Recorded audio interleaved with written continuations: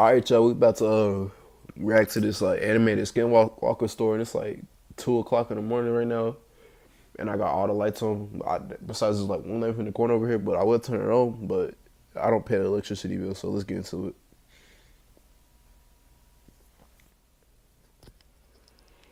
This nigga corpse husband.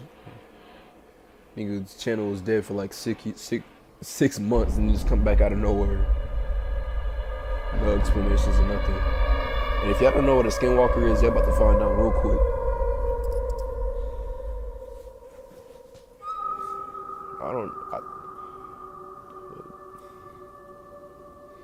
It's probably what he been doing with him for them damn 6 months. His dookie ass drawings.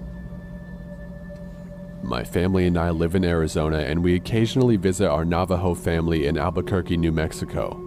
We left early to get there by noon or less. It is a very long and boring trip there. But we get there before noon and we have time to mess around and talk with our extended family. And we, kids, start to play around till the evening starts to show.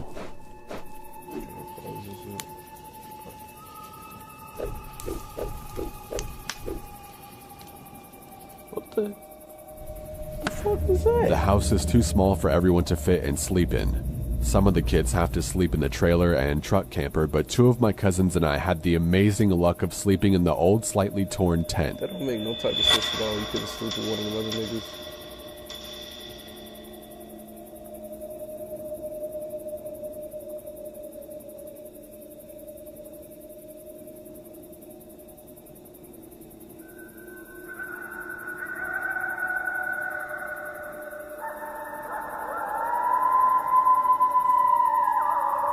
We are well asleep at this point, and for some unknown reason, I wake up. Of course, I'm still tired and rubbing my eyes while yawning, meaning I wasn't well aware of my surroundings. Once I finish rubbing my eyes, I look straight at the entrance of the tent and see a figure, illuminated by the back porch light, standing in front of the tent.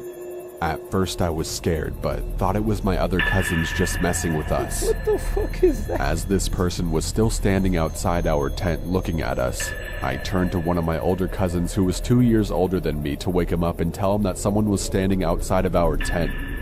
He tries to brush me off, but I persist and he turns to me and asks me what I wanted. I tell him to look at the entrance of the tent, and he does.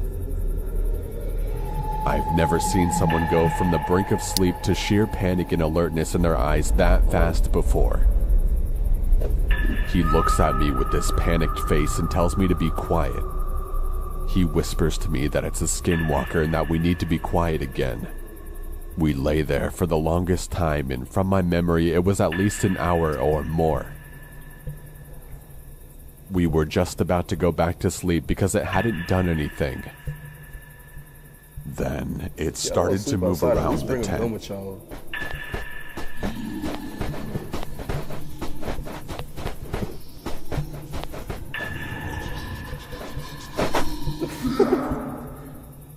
Remember when I said this was an old tent? Yeah, it had some holes in it. This is what y'all niggas get for sleeping outside. One of the holes was the size of a quarter, and I decided to be brave. As it continues to walk around the tent a fourth time, I slowly crawl towards the hole and try to take a look. As I did this, my cousin told me to get back to the bed or it'll hurt us. Of course, as a kid, I ignored the warning. I'm at the quarter-size hole and looking out to see whatever it was. It comes around the hole, and what I saw was bone-chilling.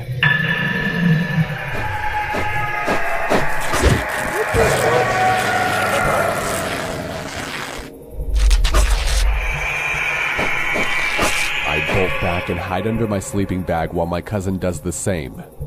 This thing decided to stop moving and start looking at us again. I hid under the covers and spent every ounce of energy being scared. And then I finally fell asleep. Try that shit with me, nigga. I swear to God, you getting a cap in your ass.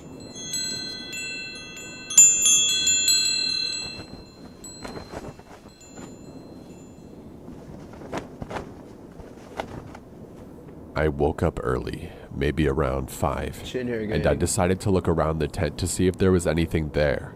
I see footprints, bare footprints that send shivers throughout my body. I saw the footprints move around the tent. This hit me hard because I was now realizing it wasn't a dream. As I further investigate the Didn't he tear up footprints, the I tent? noticed that it went off track. It went off to the rocky hills nearby where we were staying at. I followed the track to the What this hills, kid about a is, he football simply field wanna away die. from the house. As I continue to follow the tracks, something strange and scary happens.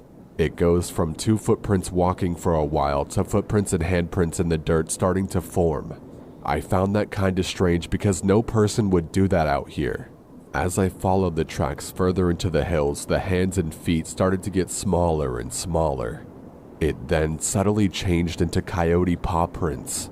That is when I stopped and turned back home, What did you first follow the walking prints for fast, in the then first onto a place? full-on run. When I got back, I sat down on the back porch for a while and thought about telling my family, but I didn't think that they would believe me. In the end, I didn't tell anyone, even the cousin I woke up in the middle of the night. This is some bullshit. Well, that's my story. I urge you guys to not go into the Navajo reservation to go looking for them. You will bite off more than you can chew. We, my people, take these beings very seriously and do our best to not talk about them. Even though I broke this code, I just thought to warn you guys about them. Whoever is listening are the first people to hear this story. I had a few more stories to tell, but this is by far the scariest one I had.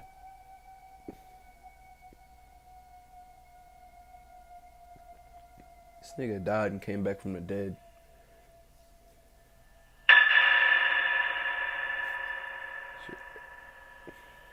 Is this the end of the video?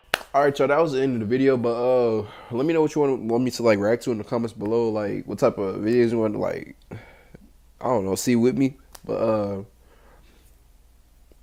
shit, I forgot what I was about to say. Oh yeah, I'm about to start collabing with the other nigga, Trillhead, Trill the Kid, Trill, whatever the hell you want to call it, nigga.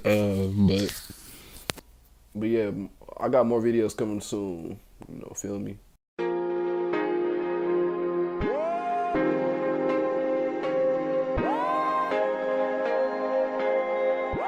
DJ Flair, make the money flare.